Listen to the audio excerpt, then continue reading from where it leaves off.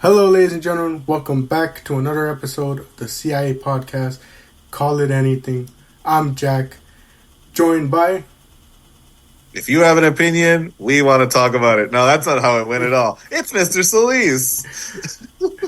All right, we are back here again for another episode. Quite a busy time in wrestling.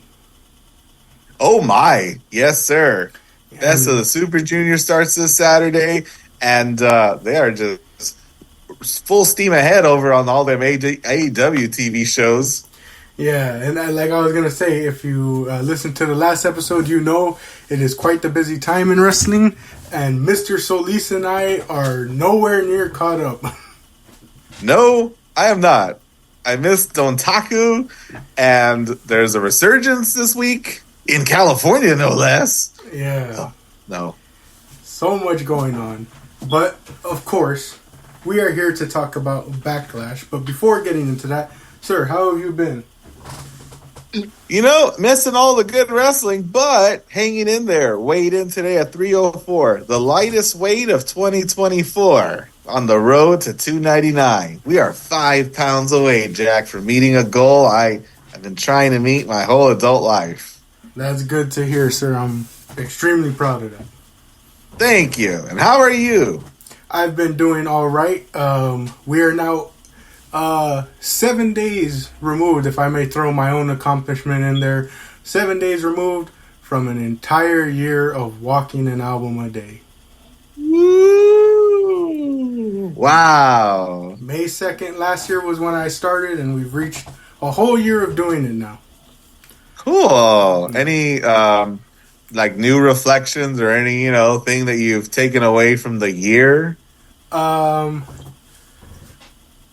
just glad to be getting more music, as I am a big music fan, but also it's definitely helped me, like, in a sense, remember more of the music I listen to, because I'm able to create such memories through my walks. Oh, absolutely. Yeah, especially Congratulations. especially if it's like a really good like day weather-wise, it's like, and like the album or the music matches it well. It's like I remember that stuff, so I'm just like, it's pretty cool to see me, like, not only getting more music but actually like creating more memories with a lot of the different music. And has the last few days been you catching up with all the Drake and Kendrick drops? I was actually gonna bring that up this episode, because I was gonna say that I might have to retire from all my hating after all that Drake and Kendrick have been doing. I don't think I can truly qualify myself as a hater no more. I've seen those memes that say Kendrick Lamar has really got me thinking I'm not hating to my full potential. Yeah, at this point, I don't know if anyone in wrestling truly is at this point. Goodness. Yeah, but turning it right to wrestling, WWE had Backlash this past week, all the way across the pond in France. Yep. Lyons, France, I believe. Correct. Yeah, and there was a lot to be excited about, because if anything from this past year of WWE has shown us, is that when they start going to these foreign markets, and to these different areas for their PLEs, it tends to be a good time, mainly because the crowds seem to be more lively. Mostly due to the fact that they've never gotten a show, or they've not had a show in quite some time. Not one that sort of exists in canon, right? They've celebrated house shows, and the advent of the internet and social media have really pulled the curtain back to show all the fun that they're having. And in the pre-show for Backlash, Big E was quick to remind folks that Baron Corbin got a reaction like no other at a recent tour of France. Oh, yeah.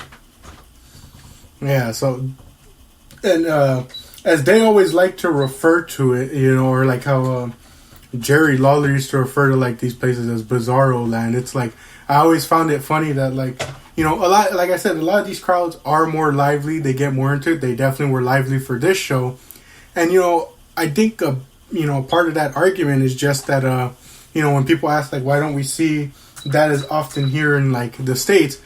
It's just a thing of, oversaturation in a way, where it's like these shows are run all over the U.S. for so frequently, it's kind of hard to, match the levels of, a crowd that hasn't had a show, or at least, a big pay-per-view show ever or in years. Also, the reaction that we'll talk about, and the energy that the French fans were going to bring to this show, I think is also reflective of the energy that they bring to soccer matches, right? Yeah. Which is also not prevalent in American sports. Like, I don't know how you manifest that, right? But to get a whole stadium of people to sing along to the same song, really kind of like, there's lots of folks that I think trash talk or, tease like the opposing players, right? But they sing songs to them. Yeah. Like they are in a unanimous voice will say some pretty hilarious and awful things to people. Yeah. So definitely a lot to be excited about this. And then another thing, worth noting, that continues the trend that we've been noticing. It's a very short card. Only 5 matches. 5 matches and no pre-show match. No fluff. Yeah, just straight. Hey, Jack, did you notice what all the matches have in common, save maybe for one? Title matches? There's a lot of titles on the line, and it's true. But there's a lot of matches that maybe people were expecting to be on the card that weren't on the card. And it's an interesting sort of, curated match list. And it occurred to me that it actually skews SmackDown without being a SmackDown branded PLE. True. It's almost exclusively SmackDown, save for the world title match. Yeah. Wow, I didn't notice that.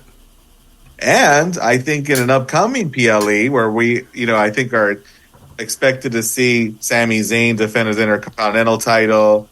There was another match announced, and I just think they're doing brand specific pay-per-views without telling you they're doing brand specific pay-per-views. This is a very SmackDown heavy show.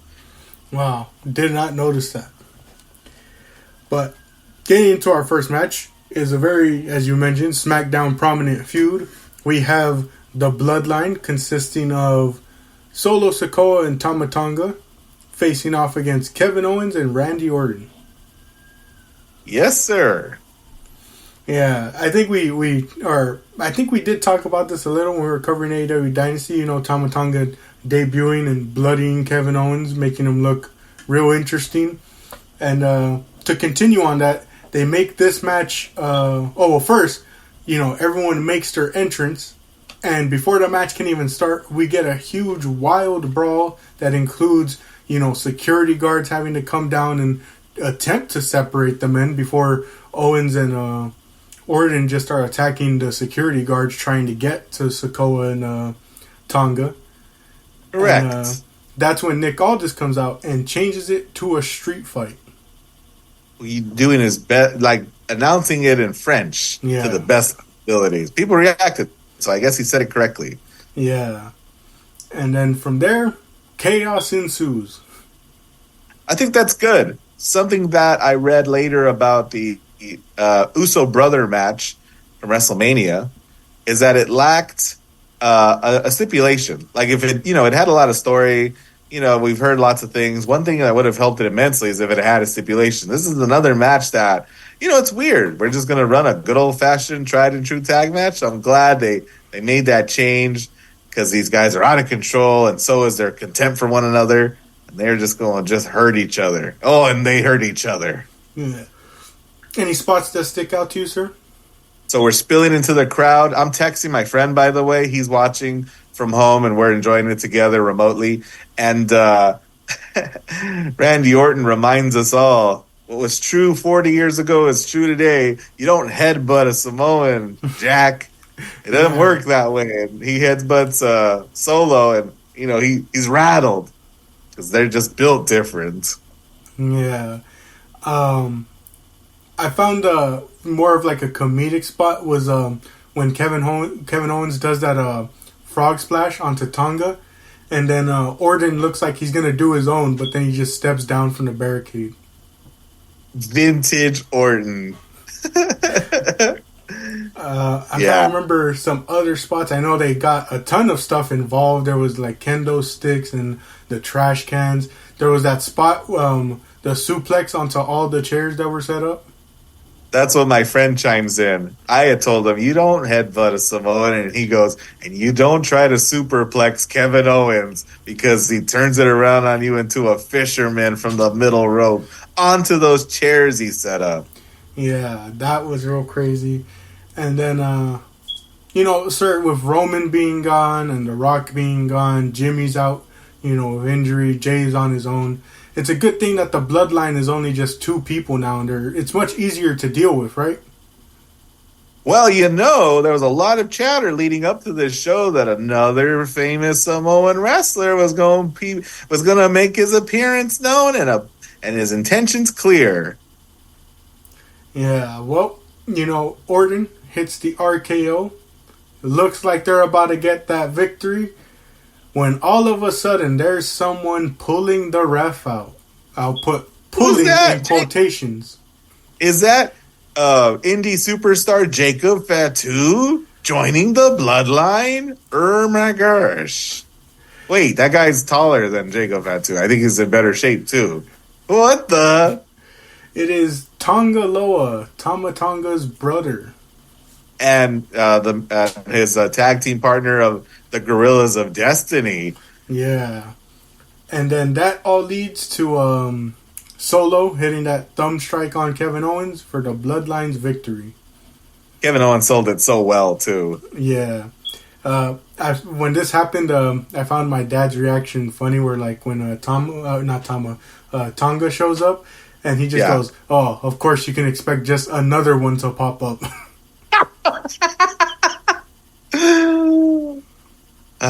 That was, I was just telling my friend, I said, I hope one of these titles changes tonight because I just want to feel like anything can happen again. And to see Tangaloa show up unannounced. New Japan don't even make a big deal about his contract expiring like they did his brother. They, sent him off, made him a sort of a bigger deal. This one, completely out of left field. Yeah. But overall, what'd you think of the match, sir? There was a lot of cool spots. I was a little underwhelmed by Tama Tonga's performance. He just didn't have a lot of spots to shine. And I found myself in the four of them, right? Who looked the best out of all of them? Kind of like Tangaloa after his debut, right? Yeah. Did you think that anyone stood out or had real breakout performance here? Not really. I mean, Owens did his thing as always. Owens was kind of just as expected. Mm-hmm. He obviously was the biggest talking point for me of this match. But it's we're used to it at this point. Kevin Owens is known to really help people look good, and looking good himself. One spot that they didn't do anything with Tama Tonga and Randy Orton. Just sort of find themselves in the ring alone, staring each other down, right? Yeah. And revelation that, he got to keep his name. He got to keep his gear. I don't know. Does he get to still use the stun gun as his finisher, which is it too much like an RKO, right? This was like a real face-off of the cutters. Yeah. But this is his first televised match. I wanted to see him do more, but I guess we're holding back. Fine. Yeah, fine. From there, we move on to our first championship match of the night as we have a triple threat with Bayley defending her women's title against Naomi and Tiffany Stratton. What do you think of this match, sir, going into it? I thought... I'm going into all these title matches hoping something changes, right? You got Bayley and Damian Priest and Cody. I think they're all new champions from WrestleMania. Yeah. So if the title's going to change, it's going to change after a month. And I'm okay with that. I'm super okay with that, especially since the last guy held it for a kindergartner's life. And so... if Tiffany Stratton wins, it's Tiffy time. If Naomi wins, it's a justification for her move from TNA. Yeah. And especially going into this, I was I was kind of like the last match, where I was just like, I don't know a whole lot about Tiffany Stratton other than her short time on the main roster, Don't really Right? watch too much of NXT, so I was interested to see, what she had to offer, especially given how much a lot of people talk her up, And then I was just interested to see what Naomi does with this opportunity, like, what were they going to have her do, like, was she only in here to eat a pin, or were they actually going to let her, act like this was a triple threat and, get a ton of equal, offense in with both women. What did you think as a result of the match? I thought it was pretty good. I think the only thing is, I think it kind of went by a bit quickly in a way. I think was the way I felt, where it was like, if I remember correctly when I was watching this, I don't know what the official time was, but like, it really flew by to me. Like, that's the one thing I remember leaving my mind with, was just like, it kind of flew by. It kind of like, I don't want to make it seem like a bad thing, but it was almost like tough to like have an opinion on it because of how quickly it flew by. It kind of reminded me of how he talked the same about Willow and Julia's match Yes. at Dynasty, where I was like, that kind of went by too quickly for me to really have anything of note to say. I agree. And like the match starts in a very similar way to how it ends, which is like them just sort of trading pins, Yeah. Because there's three people. Somebody tries a pin, the next person tries a pin, the third person tries a pin. The first person hits a move, second person hits a move, third person hits a move. So it's moving really fast. Yeah. And that's what I remember was when the roll-up happened. I was like, not only that, I think it was kind of quick, but I was like, okay, I kind of get it. The roll-up in the sense of like the story they were telling, where it was like all three women were, going back and forth, and it was like competitive of like them just trying to get the win. A roll-up somewhat makes sense, to catch someone off guard, to try and get that quick pin, Yeah. But similar to like what my dad's been saying, I do find it a bit, tiny bit odd that they would have like Bailey win this with the roll up, and obviously like some people are like, oh, it could be leading to Naomi like turning heel in a way, because like though she congratulates Bailey, it's not gonna sit too well that like out of everyone she's the one that got pinned. But Yeah. kind of like what my dad's been saying. The roll-up is also interesting here because it still plays into that story of, like, what Bianca was saying, where it was, like, just because the fans start cheering you doesn't mean that we forgot, like, all you did before. And, like, it could be a way of showing that, like, Bailey maybe isn't completely, full-on, like, babyface the way we thought, if she's using roll-ups to get a win, even on her, friend. Yeah. I think I can't think of any specific spots. I should have been taking notes, but I feel like Naomi too definitely fought like a veteran. I feel like there were things she did that were smart, or like Kevin Owens does. You know how he kind of like is aware of things, or he doesn't take things for granted. I could picture Naomi just sort of hitting moves or dodging moves that you're like, yeah, anyone with like half a brain would have like seen it coming, So I think Bailey hitting that quick pin kind of shows like Naomi had her number. You know what I mean? She was like one kick out away from winning. And then you keep Tiffany strong because she's not pinned at all. But I think the quick pin is like that, if we had just one more fall, or, Yeah. I got you next time. You got me this time, but I got you next time. Yeah. I can definitely see that as well, and I agree with that like Naomi very much had that like veteran presence, like. How about like it is? I'll speak to it. Speak it up forever. Tiffany Stratton's Alabama Slammer outside. Oh yeah. Outside. And I think she hit she went for the moonsault on the both of them, but they both moved. Yeah. That looked real impressive. Alabama Slammer outside. Goodness gracious. Yeah, absolutely crazy. But from there, we move to our world title match. Damian Priest defending his world title against Jey Uso. Before the match, we see that new bloodline confront Jey in a sort of quiet exchange. And we see Jay make his entrance. We see Damian Priest make his entrance. And, it's going to be real interesting to see how this one goes. Like, because, going into it, you brought it up earlier. The one thing that's fresh on people's mind, because, it's the last big, one-on-one match he had, was Jey Uso versus Jimmy at WrestleMania. So everyone's looking at this saying, this is a world title match. Time to hopefully prove that the WrestleMania match was just an outlier, was on the fault of a lack of stipulation, Yeah. Hey, and I'll tell you what, if there was any reason to go to France and countries outside of the United States for these big stake shows, Jey Uso looked like $1 billion with the reaction he got. He would have never gotten that reaction in America. He wasn't, but he might now that people have seen it, because France was just France, and people like to have fun too, and they'll go, we can do that when he comes to us now. I was so excited about that reaction. Jack, I'm also realizing too by this point that everyone's just getting like 18-year-long entrances. Yeah. Like Kevin Owens sat and took it all in. I'm like, yeah, we really are going to fluff out this show with 5 matches. Yeah, and, like you said, the crowd really, upped Jay's presentation, especially with the phone lights that they were doing it, like his entrance with, and like it just, you hope it's something that can carry over to, your primary audience here in the States.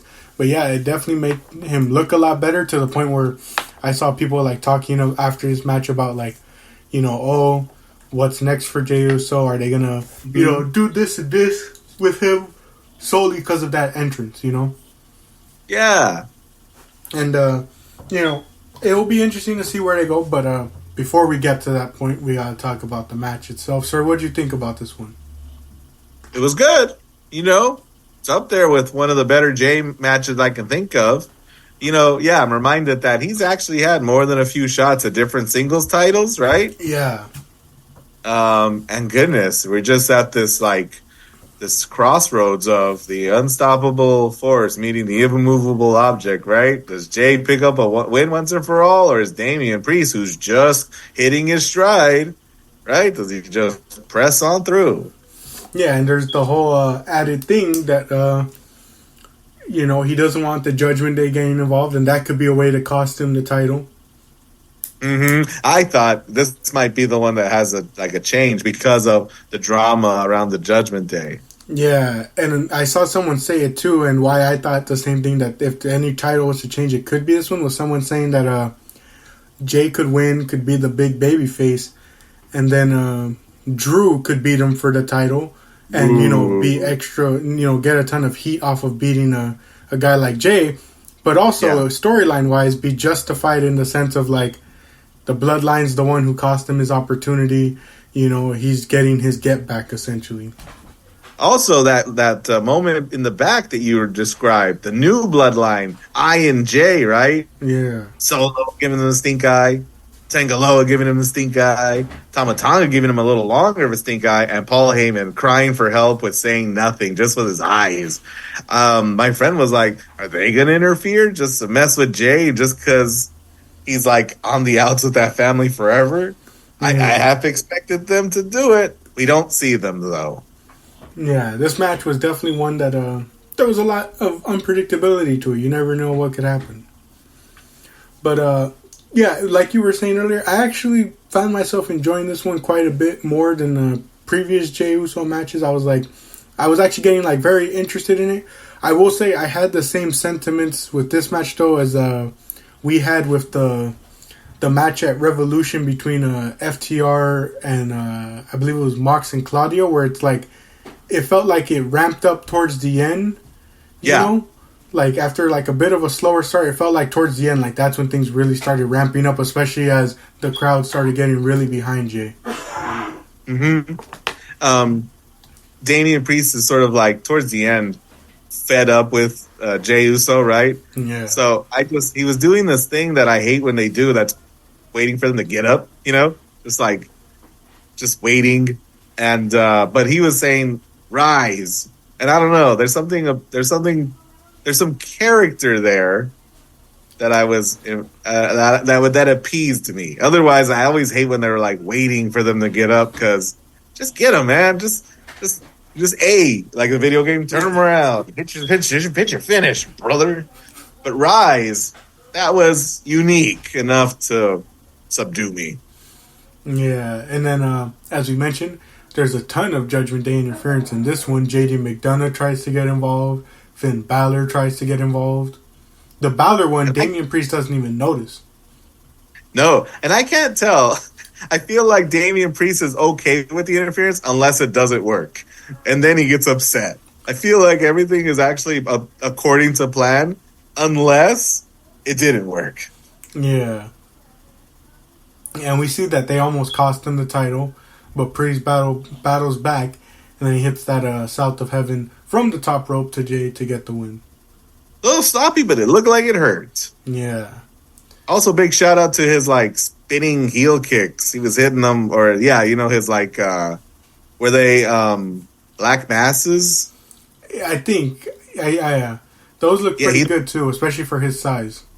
He hit two, and like he's going to win for the third. It was interrupted by a super kick, but they look good. I'm like, yeah, that's good. That's an awesome move. Yeah, that was definitely a good one. From there, we move on to our tag title match as Jade Cargill and Bianca Belair face off against the Kabuki Warriors, Asuka and Kairi Sane. What did you think about this one?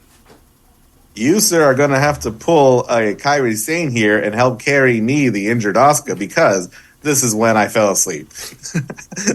Prom was the night before. I watched this on a Saturday morning. I fell asleep. Yeah. I will say, I thought the match was pretty good, There was a lot of dominant spots, especially for Jade, This match is very much centered around Jade. First big time match she's in title matches, of course. So it's all about making her look pretty strong and all that. She's getting a lot of big high spots. But I will say, one thing that a lot of people noticed as well, the ref in this match was not the best because he was missing quite a lot. Like there was a spot where he was telling Asuka that she wasn't the legal person. And but then I think it was like a spot where he made Asuka tag back out, but everyone's like, if she's not the legal person, she doesn't have to tag back out to leave. You would just bring Kairi back in, and you could tell they were kind of confused because they were just it wasn't one of those planned spots, where the ref tries to be like, oh, you didn't tag in. It was you could tell there was a clear miscommunication in a way. After that. Other than that, like I said, it was a pretty good match. My dad and I kind of enjoyed it. The finish included Kairi. I think she dove at Jade, I believe, and then Jade did this crazy setup for the Jaded and gets the win. I'll read to you what Forbes has written here. Jade Cargill flipped Kairi 6 ways to Sunday before hitting Jaded. That's a good one. Yeah, she really set that up well. Don't mind the title change, especially given the news of Asuka being hurt. But interested to see where this goes, especially because, this is quite the tag team with Jade and Bianca. And the Kabuki Warriors moving to Raw as a result of the draft. Yeah. The women's tag team titles for now stay on SmackDown, but I think they travel. I think, the intention is for them to defend it all over the place. And this is great. Jade, under the learning tree of sorts, not to, open any fresh wounds from AEW. Oh, man. Yeah, definitely going to be interesting to see how this reign goes, But, speaking of how reigns are going and all that, we got our final match, our main event of the night. AJ Styles challenging Cody Rhodes for the undisputed title. And because of AJ's ring gear, I had to let my dad know of a bit of history. And that is the fact that AJ Styles has challenged Dusty Rhodes in a world title match. And now is challenging his son in a world title match. What does that mean about his attire, Jack? AJ's ring gear was a callback to when he did face off against Dusty for the NWA Championship. Because it's black with purple accents. Yeah. Nice. Hey, Jack, are we going to talk about the whole show in a single, succinct episode? I believe so. We have about 14:45 left on this episode. That's nice. Quite enough time. Funny enough, my dad was expecting it to be a two-parter, and I was like, I think so, just because of the precedent we've set. Where we'll have a short card, but we do 2 episodes. With this one, I think was relatively shorter. Agreed. And to my surprise, I'm up. I feel fresh. We got a main event to go. Cody Rhodes and the roof is popping off for AJ Styles because he is phenomenal. Oh man, what were your expectations going into this match, sir? Again, if AJ won, I'd have been completely content. If he out wrestled Cody, I'd have been so excited about this. Yeah, there was a lot to be interested in. The funniest thing that came as a result was after the show, people doing that Shaq meme with AJ Styles of all people saying, "I apologize, I didn't know, you still had it like that," and everyone was like, and then in return, people who knew AJ Styles still had it were posting apology forms saying apologize to AJ Styles for doubting him. But I'll tell you what, going into this match, you have AJ, you have Cody, and you have all the right ingredients, right? We've been let down before, Jack. Yeah. I don't know, what is it, 2016 AJ Styles? Right? There's a whole year of matches that just didn't click for whatever reason. Him versus Shinsuke, WrestleMania 34, him versus Samoa Joe for some of them. I think that was 2018. You're right. Listen, my heart's been broken before, right? Yeah, there's too many times that everything starts molding together when it comes to WWE. But what stood out to you in this match? It did go a bit long, I will say that, but I did like essentially how they mediated that pace, how they got from one point to another and all that.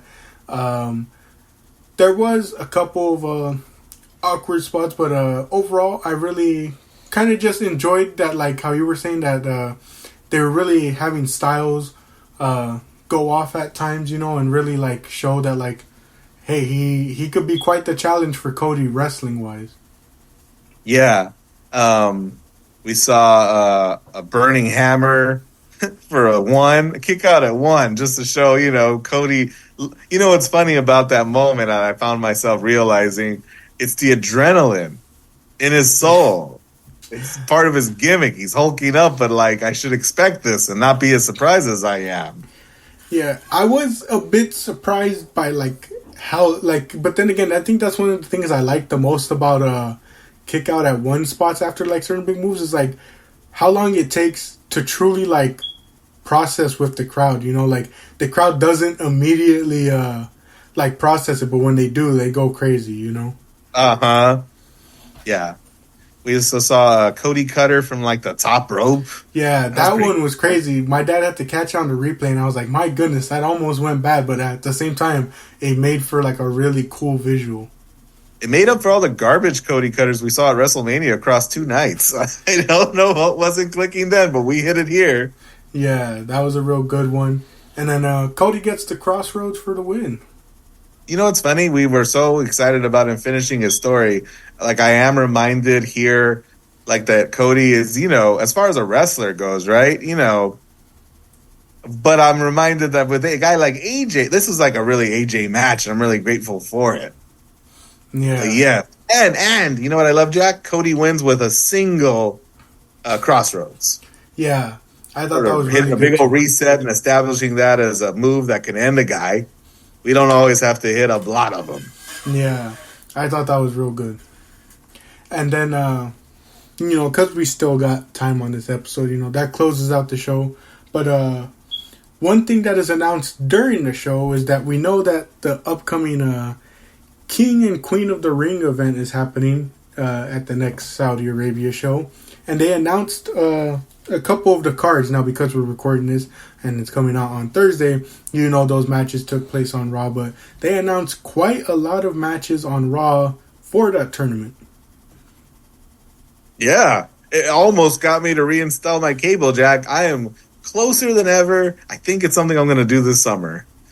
Yeah, they announced quite a lot, and people were very surprised by some of the first round matchups that they announced, such as Gunther and Sheamus going at it again in the first round. Yeah. I Ricochet and Ilya. Yeah, Ricochet and Ilya. They announced some of the women's ones. It was very interesting to see how this tournament is going to go, and there's still the SmackDown side of things. It's going to be interesting to see how this tournament goes and what they do with the winner. Because famously, the old regime, they did it, but then they stopped doing it, and they stopped caring, and they were inconsistent. I think Triple H has gone on record to say he loves King of the Ring. Like, he loves himself, like, specifically that tournament. Yeah. Yeah, it's going to be interesting, especially because, they brought it back, what was it, in 2021, I believe? And they didn't really do much with it. What are you talking about? Corbin ruled over SmackDown. That was his kingdom or something. Oh, yeah, that's right. I forgot about that. Yeah, I was thinking of when Woods and Vega won it. Oh, you're right. You're right. You actually might be right, and they didn't do anything with it. Yeah. Except fulfill Xavier Woods' dreams of being King of the Ring. Yeah, and then having Roman crush his crown. Yes. But yeah, that's... Vega adding the wave to her, character model on WWE 2K. Yeah. So, it's definitely going to be interesting how they treat this, Jack, who do you think wins the men's King of the Ring and the women's King of the Ring? I don't know too many of the people that are in it, but I'm going to say Gunther. Gunther? Okay. Because it depends on how far they go with this. Because if they do say, a title opportunity, I don't want them challenging Cody just yet, Uh-huh. Berlin is until August. Yeah, that's what I'm trying to think. So maybe, see, it's tough because I don't know too many of the people that are in and who won on Monday. I know Sheamus lost. There's a lot of matches scheduled for SmackDown. There's a whole side of the bracket that's SmackDown, and I think this all ends in a Raw versus SmackDown guy. Yeah, hold on. Let me see if they have anything announced so far for this year. I look it up, and the first thing I see is Bobby Lashley is injured and replaced in the tournament. Dang. He was all bent out of shape because he was drafted in the second round. I'm like, Bobby, what have you done? You were in a match with Bubba Ray Dudley as referee at WrestleMania. Okay, here it is. So on the SmackDown side, we're going to get Styles versus Orton, Corbin versus Carmelo Hayes, LA Knight versus Santos Escobar, and it was supposed to be Lashley versus Tonga. Yeah. But so they haven't announced who's replacing Lashley. Or Lashley. I haven't seen any replacement announced. On the Raw side, there's Gunther. I don't know if Kofi and Mysterio has happened yet, but Dragunov and Uso or Jay are gonna face off in the next round. They said, I think, that Kofi and Ray are going to have it at a house show. Oh, that's interesting. Isn't it? Yeah. Well, I know they had that match on SmackDown, but if you really wanted to make an impression, it would be really interesting if they let a guy like Carmelo Hayes go pretty far in this tournament. Right? Especially if you want to really set things up. Hey, in the semifinals, why not do Dragunov versus Gunther for the first time on I've heard that wish, put out there in the universe.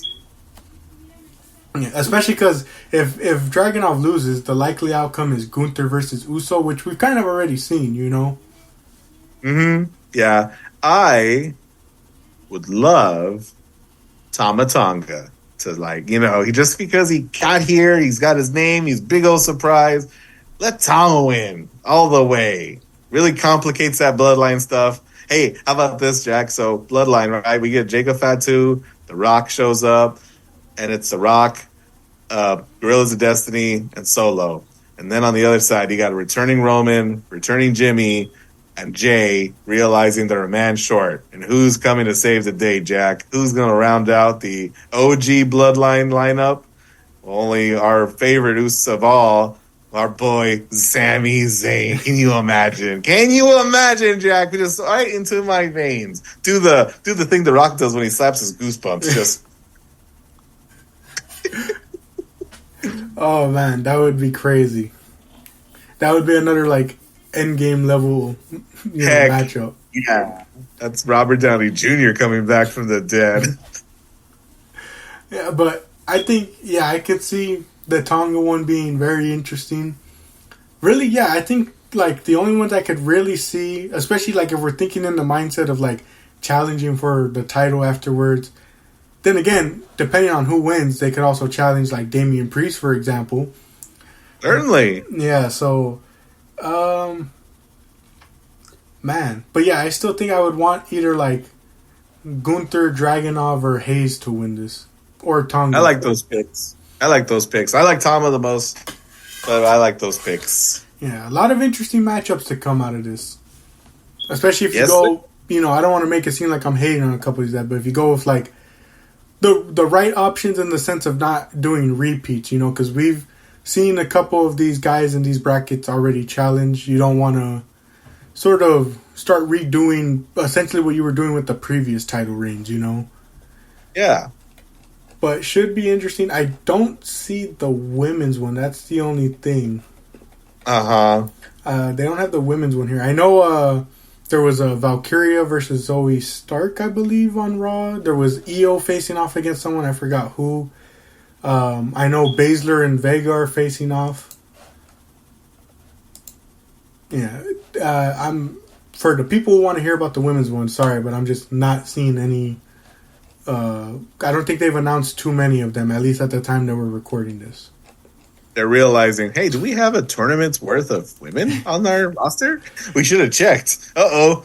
Especially because 2 names are already gone, as Becky's facing off against Liv for the title at the event. And then also Sammy's defending against Gable and Bronson Reed in a triple threat. That's right. Look at that. Very Raw heavy card already, isn't it? Yeah. Should be interesting, though. A lot of interesting stuff to come as a result of all this, and very excited for how that future is going to shape up. Very excited. But with our last remaining minutes, anything left to say, sir? I appreciate you having me, Jack. It's always been a pleasure. It's always a pleasure. And just an exciting time for wrestling that we just don't have enough time to keep up with everything. Goodness. What are you going to watch next, Jack? What's the next wrestling show you're going to watch? Man, I have to check what's happening anytime soon because I know Double or Nothing's coming up solely because we're going to the Dynamite afterwards. That's right. What else is happening this month? That new promotion that started as a part of the quote-unquote Exodus of Stardom has their first show this month. There's the Super Junior stuff. There's quite a lot. And frankly, I don't know what I'm going to watch next because there's just so much going on. I got you. But with that all being said, thank you all for joining us for this episode. Next time, I think likely will be this next WWE event. I don't know for sure. Got to see how Double or Nothing shapes out and everything else. But until then, I've been Jack, joined by Mr. Solis. Thank you all for joining, and we'll catch you on the next one.